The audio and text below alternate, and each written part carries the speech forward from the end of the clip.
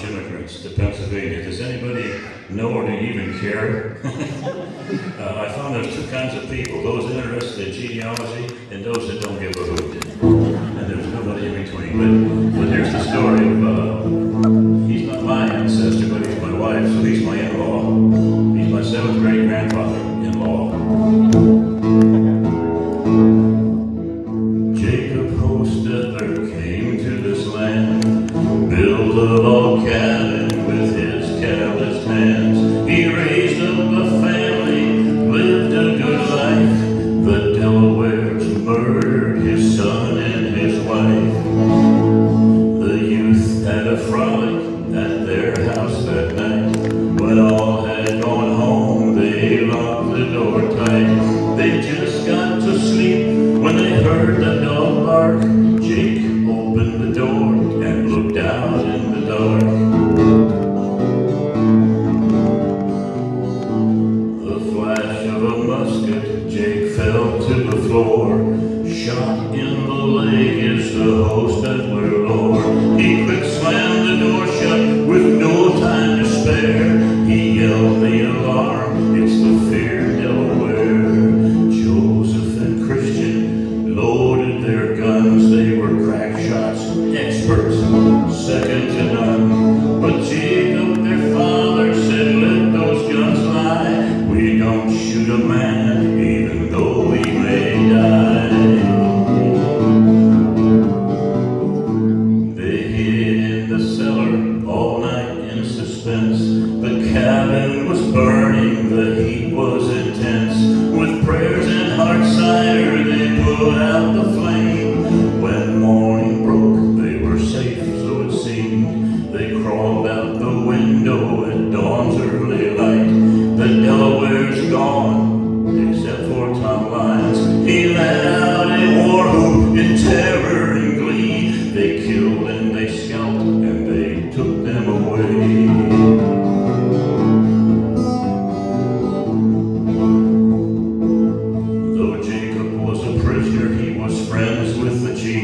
But he longed for his family while hiding his grief.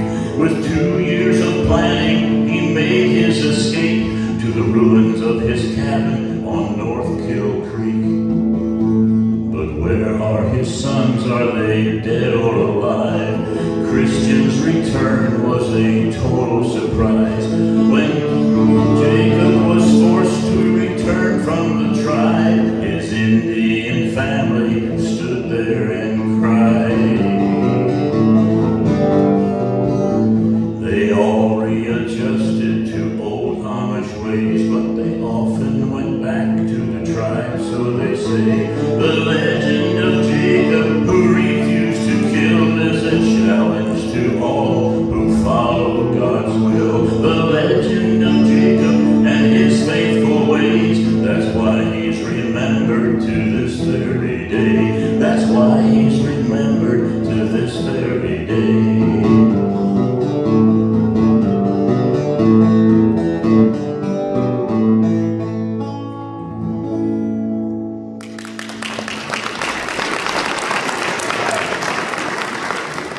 I'm thinking if I would have been one of Jacob Hostetler's sons, I'd have said, Dad, couldn't we just get a kneecap or something?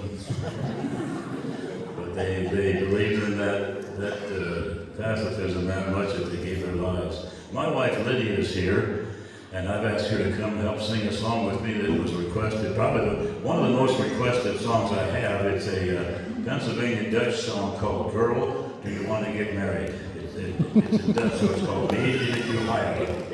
And this is my wife Lydia. And,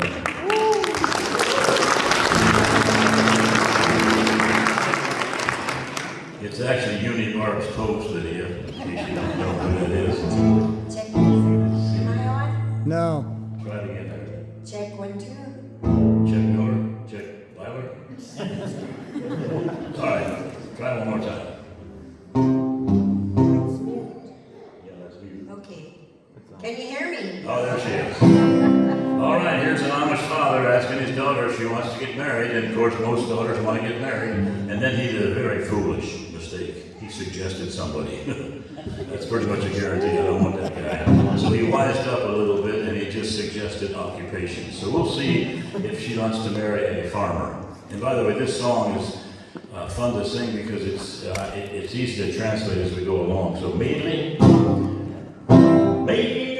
du heire, Ja, Vater, ja. mainly man du heirest du in Bauer. En Bauer will ich nicht, dieser Mischte gleich nicht, nee, Vater, nee. All right, doesn't want to marry a farmer, doesn't like hauling manure. So how about a doctor? Mainly du heire, Ja, Vater, ja. mainly man du heirest du in Bauer. Wait, for doctor, did I say doctor? Doctor. Nee, Doktor will ich nicht, sie hock, no. Lad vergeet ze. Dat vergeet ze gleich nicht. Doesn't like sticking people. When I first heard this song from Pennsylvania, it said, "Light for gift," like I don't want to worship people, but that got kind of cool. All right, doesn't like sticking to people. How about what else could we? I'm trying to think of who I'd like my daughter to marry. Schulmeister. Carpenter.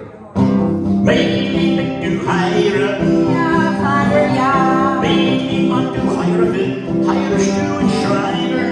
Den Schreiner will ich nicht, sing der Schnauze gleich nicht, nee, Vater, nee. Doesn't like breathing in sawdust. Maybe a school teacher.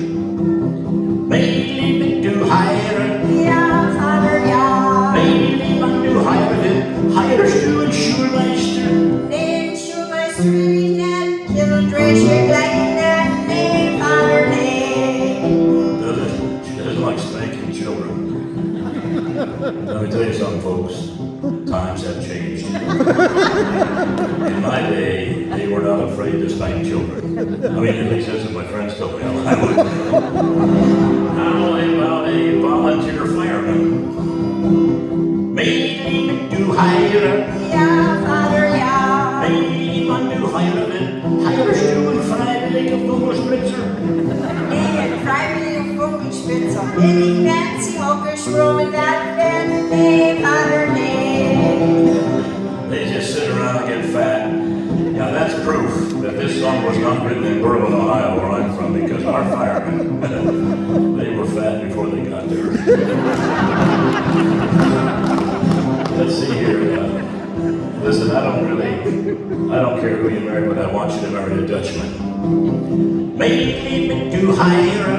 Ja, Vater, ja. Maybe man du heirest du in Dagel. Nee, dat zo wil ik niet, Winterwäsche gleich nicht, nee, Vater, nee. Doesn't like washing diapers. Now that also dates this song because I heard they all use Pampers now anyway. So, last chance, girl. How about a singer? Now I'm pretty sure I'm speaking to a crowd here that knows that when an Amish father suggests a singer for his daughter, he's trying to get rid of her. Maybe du heire. Ja, Vater, ja. Maybe man du heirest du a singer. Ja, ein Singer will ich nur singen, das ist gleich so, ja, Vater, ja. Ja, Vater, ja.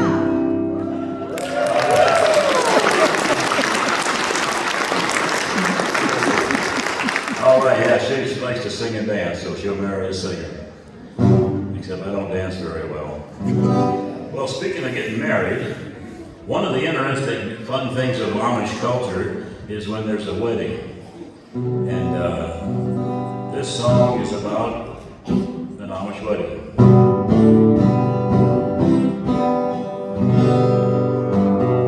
By the way, if you hear me off tune, that's good to be normal. My hearing is bad, and I'm reminded of, I'm in prison ministry. And I'm not really sure if you look familiar because of the Amish or because of prisons. I'm not sure I've seen you before, but Jack Murphy was in prison for life sentence for a terrible crime, and some Christians came in to pray for him, and they said, "Jack, how can we pray for you?" And he said, "Pray for my hearing." And they stuck their hands through the bars and put their hands on his ears and prayed up a storm and backed off in faith and said, "Jack, how's your hearing now?" He said, "Well, I don't know. It's not until next Thursday."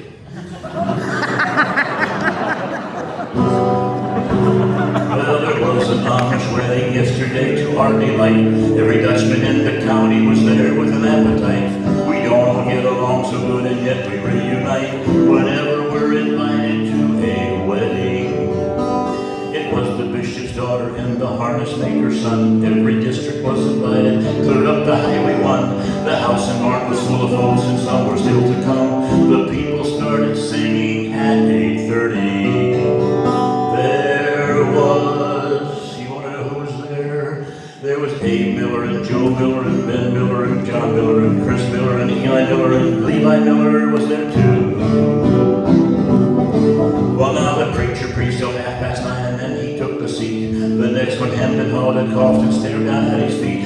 He finally got them married and then he said, let's eat. Oh, there's nothing like an Amish wedding dinner. There was chicken and potatoes and green beans and wedding steak, beets and cheese and pickles, apple pie and chocolate cake, ice cream, coffee, tomato juice enough to fill a lake. And that was just the wedding meal's first helping. There was Abe Troyer and John Troyer and Ben Troyer and Joe Troyer and Chris Troyer and Eli Troyer and Levi Troyer. See, was he there? Yeah, he was there too. Well, then came the meatballs made of pork, beef lightly browned, bowls of mashed potatoes, about 100 pounds. Everything went silent as the platters went around. There was no sound except for people chewing. I sat next to Joe Kine, now there's a tough old bird. We sat and chewed our dinner and we didn't say a word, cause everything we had to say we've already heard. So what's the point in useless conversation? There was Abe Yoder and Joe Yoder and Ben Yoder and Chris Yoder and John Yoder and Eli Yoder and Levi Yoder was there too. Ben raised his hand for silence and then he told a joke about an Amish couple who wasn't meant for decent folk. And Bishop Miller laughed so hard I thought he had a stroke, and he blew some tapioca out his nostril. Then the older men began to sing and passed around the books. The women washed the dishes in the kitchen with the cooks. The boys watched the girls and they pretended not to look, but they might just have themselves a date for supper. Then late that night we all went out and hitched up our buggies and came back in to tell the girls that we're ready to go home. We said goodbye to Mark, we said goodbye to stairs, we said goodbye to Barnard in the cool November air. We leaned against our buggy wheels and said goodbye out there, and we all went home from one great Amish wedding. There were Millers and Troyers and Yoders and Weavers and Hirschbergers and Bontraggers and Swartzers were there too. There were Beachies and Milers and Benders and Burbs and Climbs and Herbs and Chumps and Fries and... Well, I believe I saw you there too.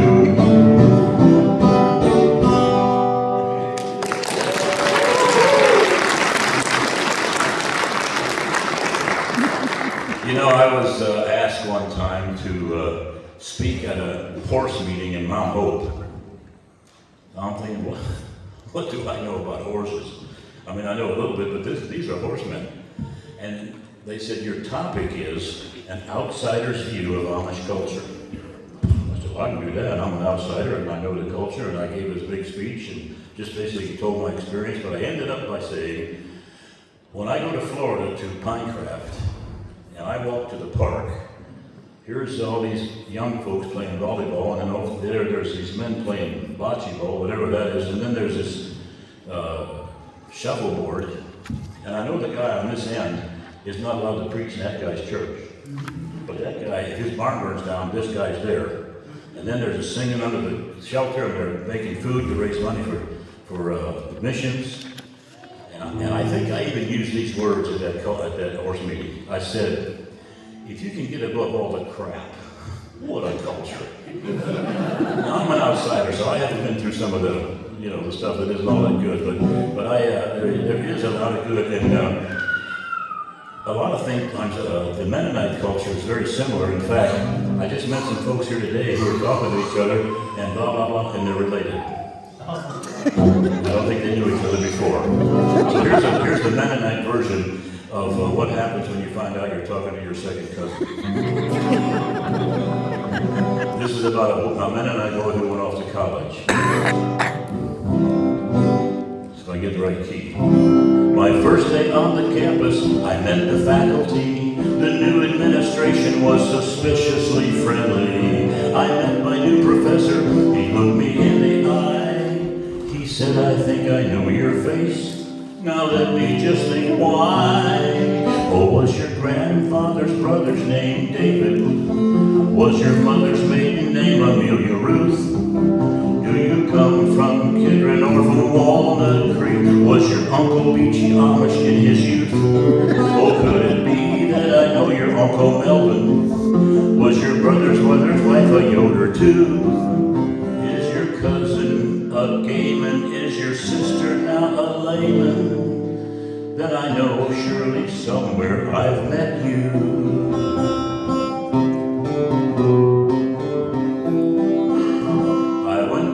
On Sunday, I knew most every song. The hymnal was familiar and I followed right along. I met the local preacher, he took me by the way. He said, I think I know your face, and here is what he'd say. Oh, was your grandmother's sister's name Ethel?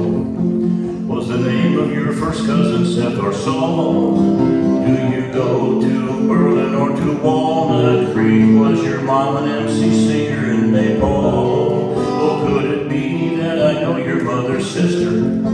Was your father's brother's wife a miller too? Is your sister a crier? Is your cousin's last name Snyder? I know you won't believe this, but it's true. You're my second cousin once removed.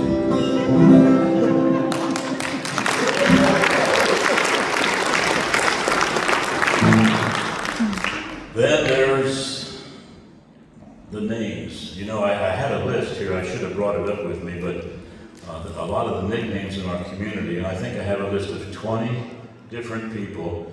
There's, you know, Hogback John and Letter John and Boodle John. I can't think of them all, but they're all John Millers.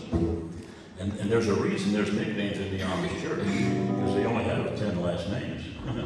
So what are you going to do? And Ezra Petershine from Maysville wrote a song called the Nickname Song. In fact, Ezra's son is here, Marty. So I'm here. I can't see a thing, but I know you're out there, Marty. So here's a song that was written by a Maysville man.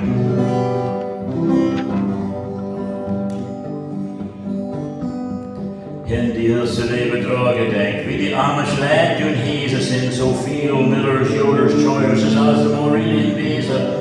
Zelfs var så viel von en genbaren nicknamen. We use it in Norman and Favish, that was Host McKenzie Mena. Which basically says, we don't use nicknames to be unkind, we just gotta know which John Miller you really are. There's Hogback John and the Jakob Joe and the Bibli Grish Andy, Rudy Check and the Sam Dan and the Lodbeck Monies Mandy, Benja Dan and the Barry Sam and the Monies Moni, the Hibble Check and the Coondance Chris and the Barry Jonas Andy, Cider Benj and the Gully Box and the Illy Checks Harv Check Sammy, Bertha Paul and Eva Joe and the Piper Check Sad Danny, the Abraham and the Fadilan and the Moni Naves and Levi, Gross G Mose and the Business Sam and the Business Sam's and Eli. Now the Monday Dan and the Double John and the Wilmot Joseph River, he cannot be hanging off, only hot the Chalky Joe and the Hecky Bench and the Lemon Dan's a Wyman, the Dudley Dan and the Jolly Joe and the Yankee John's a Simon. Boo John and the Maida Dan and the Dog Alias Davy, all he wants to see Joe Sauber, some doing them the Duke and the Ailey, the Charlie, the Beanies and all them on the son, the raised age, Schmid, Net Keep and Renoma. The Schmutz, the Bear, the Billy Deeds, and the Cindy Grish, Albert, Hicksville John and the Curly Bows, the Grish Jeffs, Elsa Albert, Steph Checks Roy, the Rodenoy, and the Holla Johns Andy, Bots at for Stubble Albert, Schuss and Oplendy, Goosey Willie and the Pepperoy, the Speck Sammy Salary, Rex and John and the Nixonville and the Bill Josie Sperry, Boo John and the Rex and John and Louis, the Billy Johnny, the Skeeter, the Rookie, the Bims, the Bun, the Guinea and the Gunny. Now he hopes his nimble bees, Bunny hops the Dokie Mansion, but this is Billis net shade, says that my intention. Now Skanuki does a show, but it mocked out the whole militia. He saw the show and all men, and Bill's by 7 plus.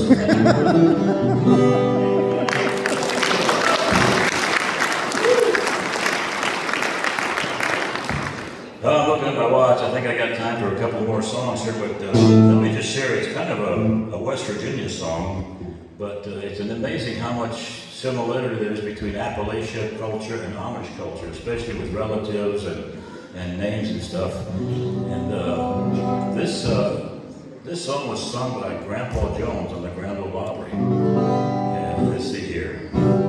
It's about a man who, well, you'll get it. You'll understand it if you got Amish culture.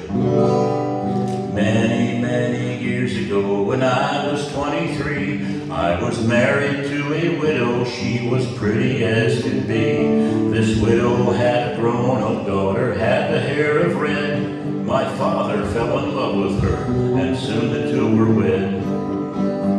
Well, this made my dad my son-in-law, changed my very life. My daughter was my mother, she was my father's wife. To complicate the matter, even though it brought me joy, I soon became the father of a bouncing baby boy. My little boy, was a brother-in-law to my dad, which means he was my uncle. Now that made me sort of sad, because if he was my uncle, then he also was a brother to the widow's grown-up daughter, who of course was my stepmother. Well, my father's wife then had a child that kept him on the run. Now this would be my grandchild. He is my daughter's son. To complicate the matter, even though it brought me joy, I soon became the father of a bouncing baby boy. I am my own grandpa. I am my own grandpa. Yeah, it seems funny, I know, but it really is so. I am my own grandpa. Now, if my wife is my grandmother, I guess I'm her grandchild. Every time I think it through, it nearly drives me wild. I now have become the strangest case you ever saw. As the husband of my grandmother, I'm my own grandpa. I am my own grandpa. Yes, I am my own grandpa. It seems funny, I know, but it really is so. I am my own grandpa.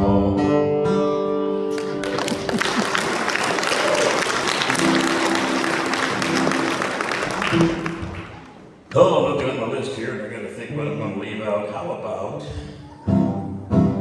I got a song about cooking. Now, one thing about Amish women, they can cook. So let's see if I can remember how this thing starts here. I can't remember how it starts. That's how my mind is nowadays, so I guess I'll just sing another one.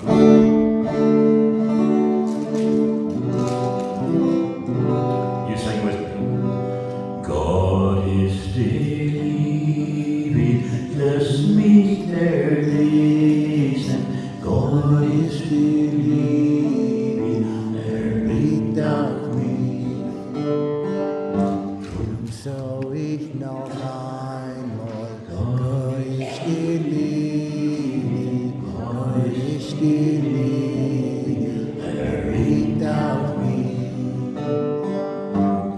Unter Jesum den treuen Heilen, unter Jesum und macht mich los. Little louder.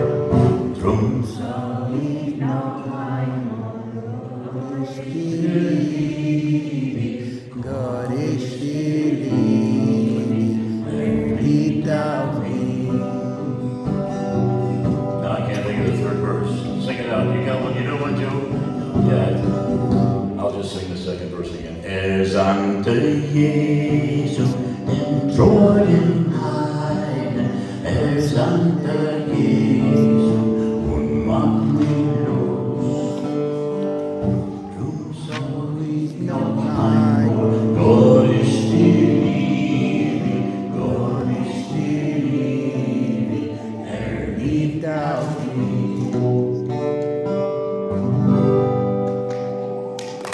Well, thank you.